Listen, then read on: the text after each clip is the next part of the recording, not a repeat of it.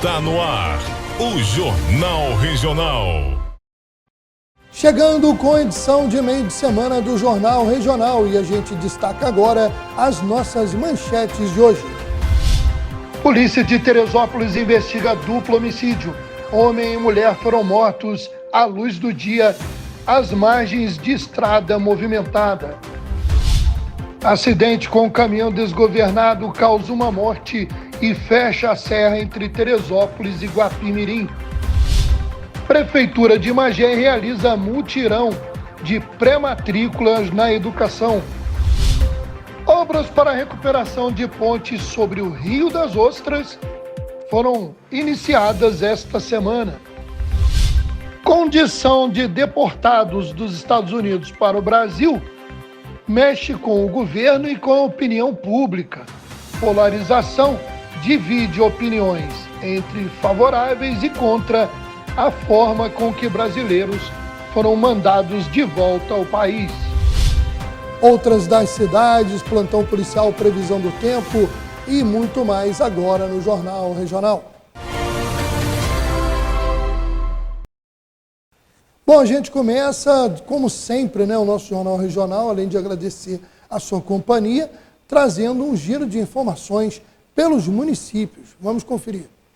Uma pessoa cujo nome ainda não havia sido divulgado até amanhã desta quarta-feira morreu na manhã da terça-feira, dia 28, depois de uma carreta derrapar na Serra Rio Teresópolis, como vemos nas imagens. Segundo a Polícia Rodoviária Federal, a vítima estava presa nas ferragens do caminhão. As autoridades trabalham com a hipótese de que o veículo tenha perdido o freio e vindo a capotar. Como era um caminhão que transportava combustível, foi necessária a interdição das pistas de subida e descida da serra, no trecho do quilômetro 101 da BR-116, onde aconteceu o tombamento, até porque o líquido se espalhou pela pista, criando assim enormes filas nos dois sentidos e transtorno para quem seguia em direção ou vindo de Guapimirim, do Grande Rio, para Teresópolis, ou no sentido inverso. Foi necessária a ação do Corpo de Bombeiros, através aí do apoio da Polícia Rodoviária Federal para a limpeza do local, já que o material que estava na pista era inflamável e poderia correr ali o risco de questões até mais graves, caso não houvesse a interdição e a devida limpeza. O acidente aconteceu por volta de 10h30 da manhã e a pista seguiu interditada até a parte da tarde. Muita gente que tinha compromissos urgentes, de um lado ou de outro, teve que buscar caminhos alternativos, principalmente a Serra de Petrópolis, tanto para seguir em direção à região serrana, quanto para a capital fluminense. Segundo informações da Eco Rio Minas, concessionária que administra a rodovia, na manhã desta quarta-feira, o local estava em sistema de pare-siga para a retirada do caminhão tombado. A Secretaria Municipal de Educação de Teresópolis promovendo um treinamento especial para as merendeiras da Rede Municipal de Ensino. O foco é na segurança alimentar e também nas boas práticas na cozinha escolar. A capacitação acontecendo no auditório da Universidade Estácio de Sá, nessa terça e quarta-feira, abordando temas como higiene pessoal, armazenamento e preparo adequado dos alimentos, além do uso correto dos equipamentos de proteção individual. A Secretaria de Educação divulgou também o calendário escolar da Rede Municipal de Ensino para este ano letivo. O início das aulas já na próxima semana, dia 5 de fevereiro.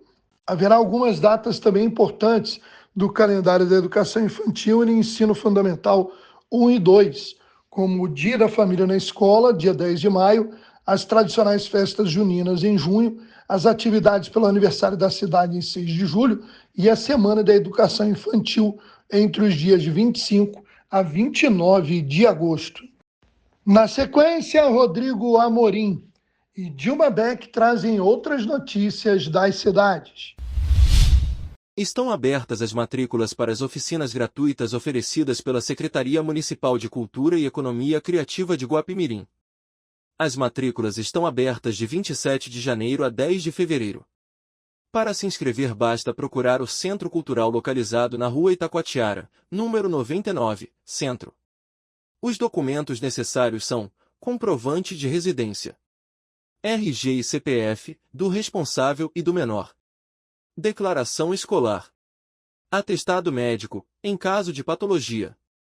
Maiores informações através do telefone 21 9 6460 6784. Com o objetivo de efetivar a pré-inscrição e direcionamento de vagas para as unidades escolares, a Prefeitura de Magé, através da Secretaria de Educação, realizou no último sábado, 25, um mutirão de pré-matrículas. Ao todo, 520 pais e responsáveis receberam o atendimento na Escola Municipal Professora Geralda Isaura Ferreira Teles. A secretária de Educação, Sandra Ramaldo, esteve presente na ação realizando atendimentos individuais e orientando as famílias. Estou aqui para atender e conhecer individualmente os casos mais complexos, e ainda para acompanhar presencialmente a ação das pré-inscrições. Nós queremos os magienses com acesso à educação, ou seja, cada criança na escola. E faremos de tudo para que o objetivo seja cumprido, disse. A Prefeitura de Magé, através da Secretaria de Habitação e Urbanismo, realizou na última quinta-feira 23, a visita técnica nas ruínas da Igreja da Nossa Senhora da Estrela dos Mares, no Parque Estrela. A visita teve como objetivo o levantamento de dados do local, a fim de desenvolver os desenhos técnicos. E a partir disso será elaborado um projeto de escoramento para desenvolvimento de um mapeamento de danos e ainda a preservação do sítio arqueológico Vila da Estrela. O secretário de Habitação e Urbanismo, Marcos Pencai, detalhou a importância da visitação. Segundo ele, a partir dessa etapa será possível identificar os problemas e propor as soluções necessárias para a conservação da construção.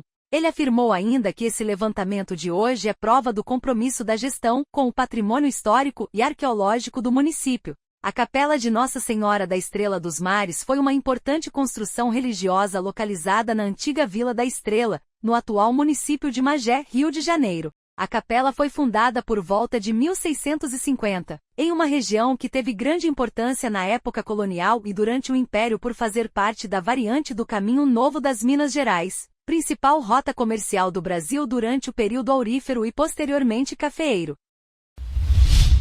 O retorno às aulas nas escolas municipais de Rio das Ostras será no dia 17 de fevereiro. A data foi estabelecida após aprovação por unanimidade do Conselho Municipal de Educação. As alterações do calendário escolar para o ano letivo de 2025 podem ser conferidas no Jornal Oficial número 1783. Segundo a Prefeitura, o calendário escolar norteia o cumprimento dos dias letivos e horas-aula estabelecidas por lei, com a obrigatoriedade de carga horária mínima anual de 800 horas, distribuídas por um mínimo de 200 dias de efetivo trabalho. O documento define ainda os dias de planejamento e de serviço interno, de censo escolar, de sábados letivos, de recessos e dos períodos para conselhos de classe, além de especificar as datas de início e do fim dos trimestres. Depois de uma vistoria técnica realizada na sexta-feira, 24, a Secretaria de Manutenção de Infraestrutura Urbana e Obras Públicas iniciou a manutenção na ponte de madeira sobre o Rio das Ostras, que está interditada há cerca de 3 anos, para a liberação do local o mais rápido possível. O secretário e engenheiro Vainer Fajardo foi pessoalmente fazer a vistoria técnica e explicou os serviços que serão feitos.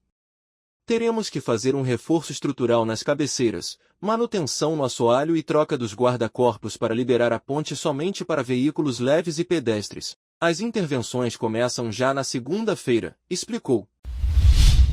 A Prefeitura de Petrópolis, por meio da Companhia Petropolitana de Trânsito e Transportes, CPTrans, conseguiu junto ao Departamento Nacional de Infraestrutura de Transportes, a instalação de balizadores para evitar que motoristas e condutores de motos façam ultrapassagens ou manobras proibidas no trecho do número 11.390 da Estrada União e Indústria no distrito de Itaipava. O trecho, que fica próximo do terminal de ônibus de Itaipava, é de mão dupla e faixa contínua.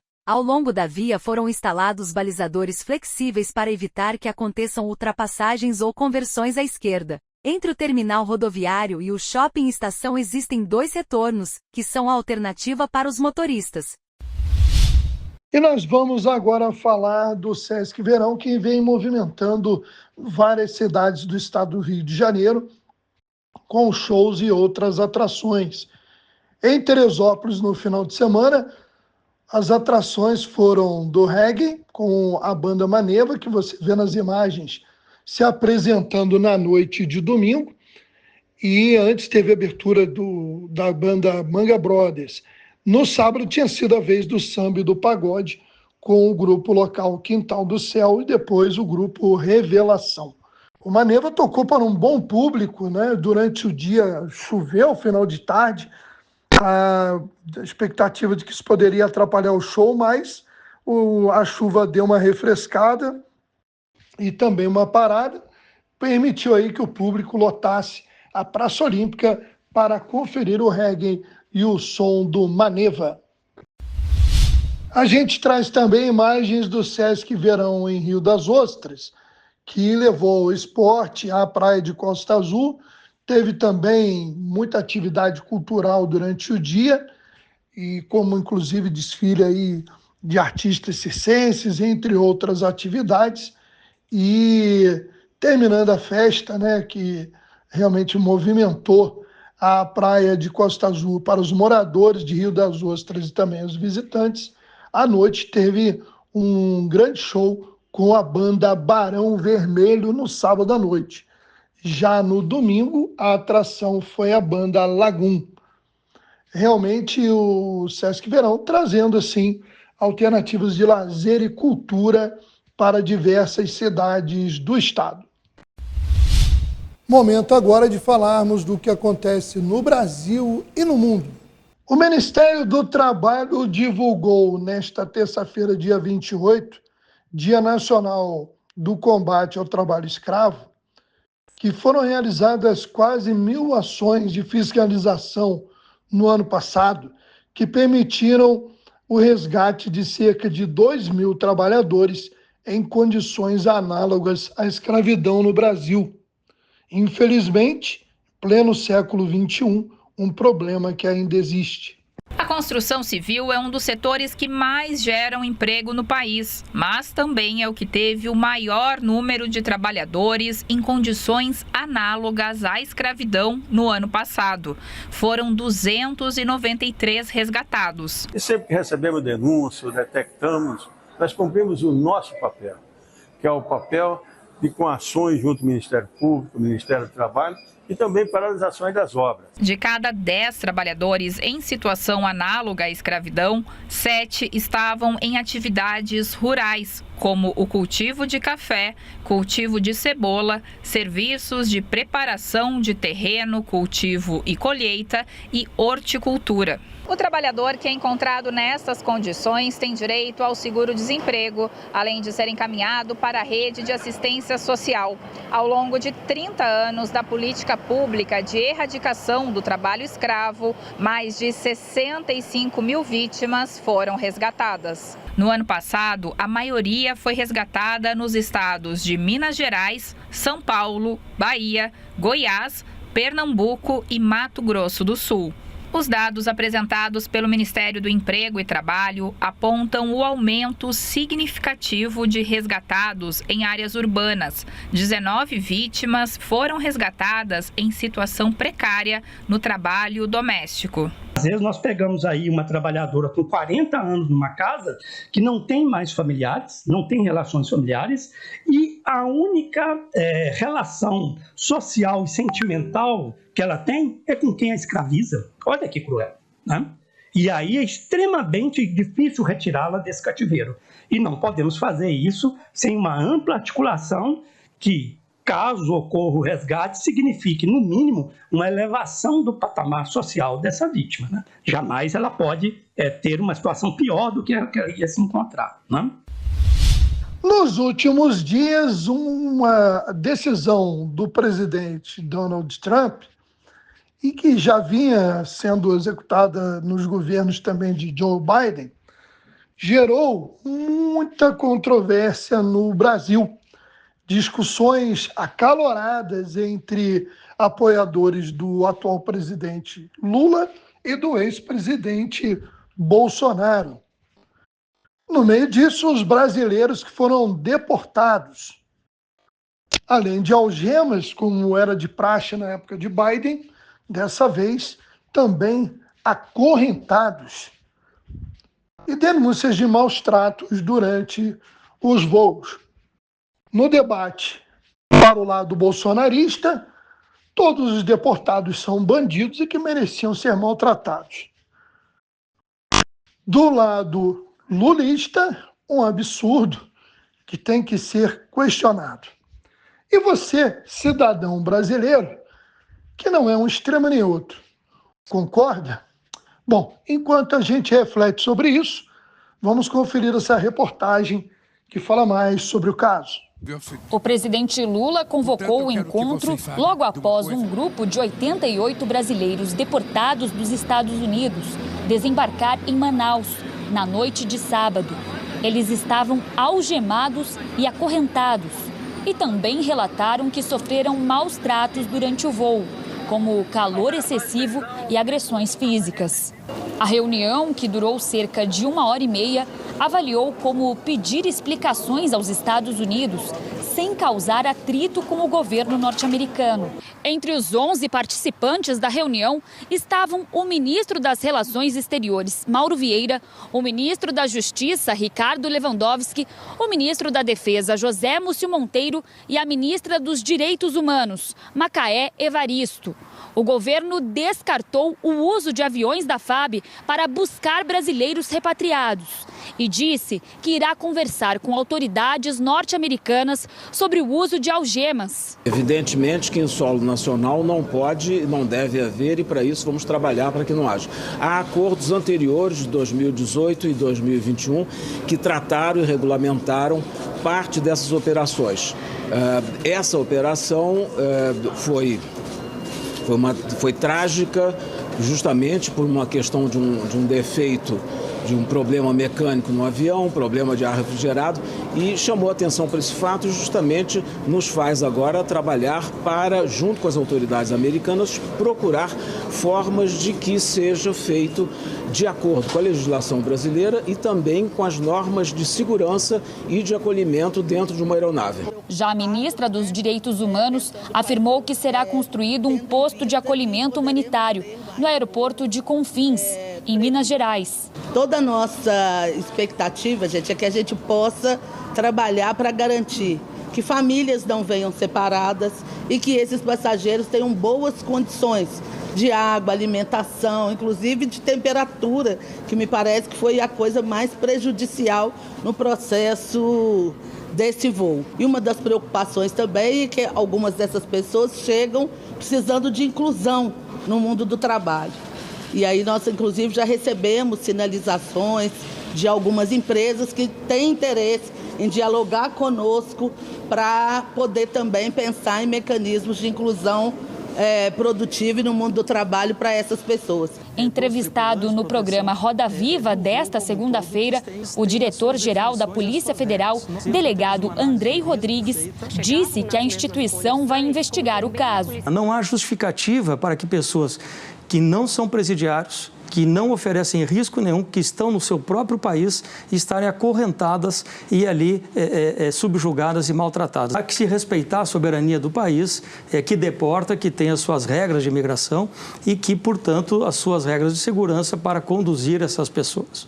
Agora, isso não impede que a Polícia Federal, e aí seguindo regras de direito internacional, seguindo regras de cooperação internacional, possa analisar, à luz dessa perspectiva, tudo aquilo que aconteceu durante esse voo e também aqui em solo brasileiro.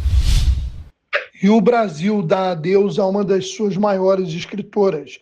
Morreu Marina Colasanti. Marina morreu na madrugada desta terça-feira em casa em Ipanema, na zona sul do Rio. Ela era casada com o poeta Afonso Romano de Santana e deixa uma filha, a atriz, roteirista e diretora Alessandra Colasanti, e um neto. A causa da morte não foi divulgada. Nascida na Eritreia, na África, com passagens pela Líbia e pela Itália, Marina Colasanti chegou ao Brasil em 1948.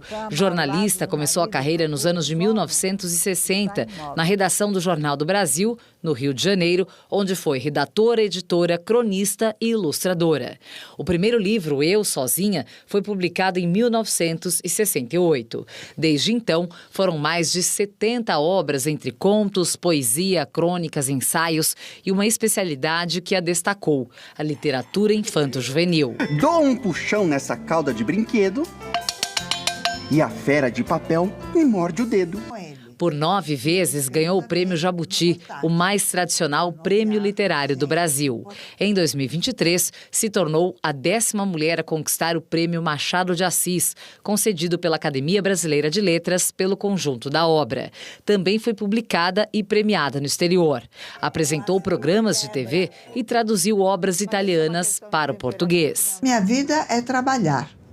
Basicamente, o eixo da minha vida é o trabalho, que é também o eixo da minha alegria. Em 2005, o diretor de teatro e apresentador Antônio Abujanra, do programa Provocações da TV Cultura, recitou a crônica Eu Sei, Mas Não Devia, publicada pela autora no Jornal do Brasil em 1972. Se a praia está contaminada, a gente molha só os pés e sua no resto do corpo.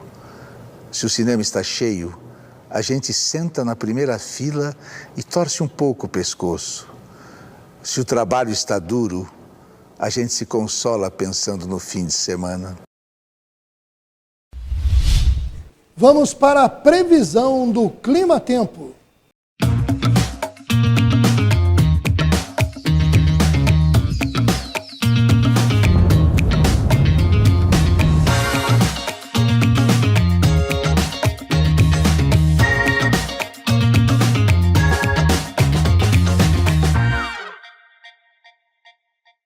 Ao longo dessa quarta-feira, a atuação de um cavado na altura do sudeste do Brasil vai ajudar a organizar mais instabilidades. Tem um fluxo de ar quente e úmido que colabora para a formação de muitas nuvens carregadas entre São Paulo, Triângulo Sul de Minas e algumas áreas do Rio de Janeiro. A situação passa a ser de perigo nesses 3 estados. A chuva pode trazer volumes significativos e tem potencial para transtornos. Durante os temporais, os ventos podem se aproximar dos 80 km por hora e tem potencial para queda de galhos e árvores, o que pode prejudicar a distribuição de energia elétrica. Situação que também preocupa na maior parte do sudeste do Brasil. Os volumes podem ser bem elevados entre o Vale do Paraíba, a Serra da Mantiqueira, a região da Zona da Mata e parte do interior do Rio de Janeiro. As capitais Belo Horizonte, São Paulo e Rio ficam no alerta durante toda a quarta-feira. Em relação aos próximos dias, a semana vai terminar chuvosa no sudeste do país. A partir dessa quarta-feira, teremos uma configuração já de uma nova Zacas, que deve atuar entre a quinta até pelo menos o domingo, organizando muita chuva em Minas Gerais, no norte do estado de São Paulo, em Goiás, Mato Grosso, no Tocantins, até mesmo no sul do Pará e do Amazonas. Alerta voltado para São Paulo e o estado do Rio de Janeiro. Regiões como Nova Friburgo, Macaé e Petrópolis ficam em alerta até a sexta-feira. E a chuva aumenta de maneira mais significativa entre Goiás, Tocantins e Mato Grosso. O noticiário agora é policial. Vamos conferir algumas das informações que foram destaque nos últimos dias no estado e nos municípios da nossa região. A polícia de Teresópolis apura um duplo homicídio ocorrido na tarde desta terça-feira, dia 28. Um homem e uma mulher foram encontrados mortos em um ponto de ônibus na localidade de Montanhas, às margens da estrada Teresópolis-Friburgo. Informações não oficiais davam conta de que o rapaz, identificado como Alain, trabalhava como mototáxi e teria buscado a Ana Quécia, que seria a outra vítima, e estaria seguindo para o centro da cidade. Em virtude da chuva que caiu, eles teriam parado no ponto de ônibus, momento em que foram atacados, mas não há testemunhas e no local não há câmeras de segurança. Chamou a atenção o ato de violência, principalmente por ser a luz do dia e uma estrada de grande movimento. A Polícia Militar foi chamada a princípio imaginando tratar-se de um acidente, que tivesse havido uma queda de moto ou algo semelhante. Mas quando os policiais chegaram no local, constataram que as vítimas haviam sido baleadas. A mulher atingida na cabeça e o homem pelas costas. Mais um caso de homicídio, ou melhor agora, de duplo homicídio, a ser investigado pela polícia de Teresópolis. Mudando de região, uma guarnição da Polícia Militar, durante patrulhamento na comunidade do Arroz, em Barra de São João, distrito de Casimiro de Abreu, prendeu um homem com drogas e dinheiro. O indivíduo, em atitude suspeita, se escondeu atrás de uma pilastra de concreto ao perceber a aproximação dos policiais. Com ele foi encontrado uma bolsa com 7 pinos de cocaína. Ele foi levado para a 121ª DP. E agora registro de ação de policiais civis da Delegacia de Serviços Delegados e também da 19ª DP do bairro da Tijuca, no Rio de Janeiro. Olha a ousadia dos bandidos. Uma cegonha transportando veículos roubados que seriam vendidos em mercado clandestino no estado de São Paulo.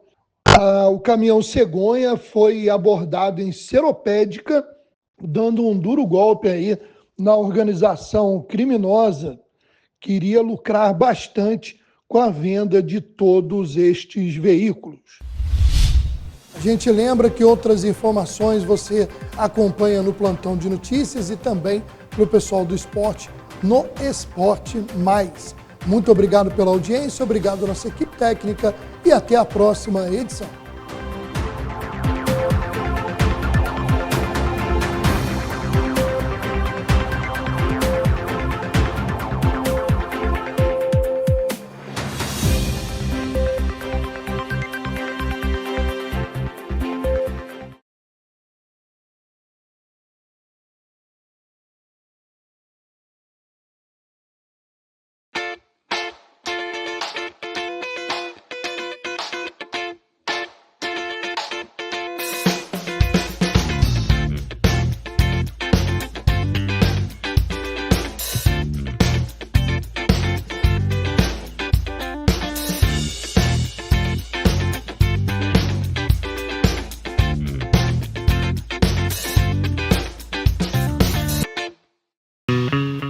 Cada segundo, cada momento, cada instante é quase eterno, passa devagar.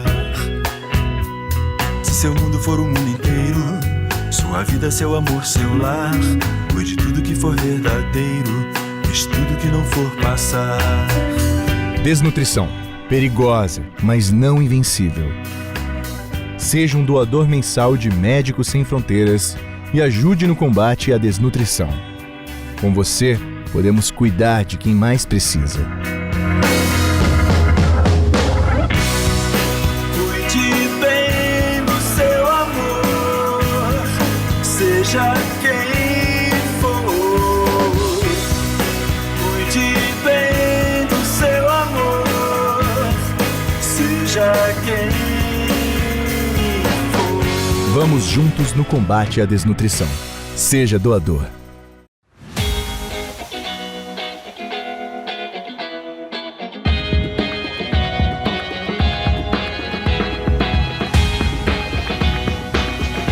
A transformação digital nos serviços do Governo do Estado continua com o novo app RJ Digital. Agora é possível acessar na palma da mão 2.500 serviços. Você pode registrar crimes, fazer reclamações no PROCON, abrir empresas, solicitar a segunda via da carteira de identidade, consultar exames do Rio Imagem, acessar o boletim online da Rede Estadual de Ensino, entre outros. O app ainda conta com inteligência artificial para tirar dúvidas e reconhecimento facial para dar toda a segurança. Curtiu? Então compartilha com todo mundo. App RJ Digital. É o RJ conectado a você.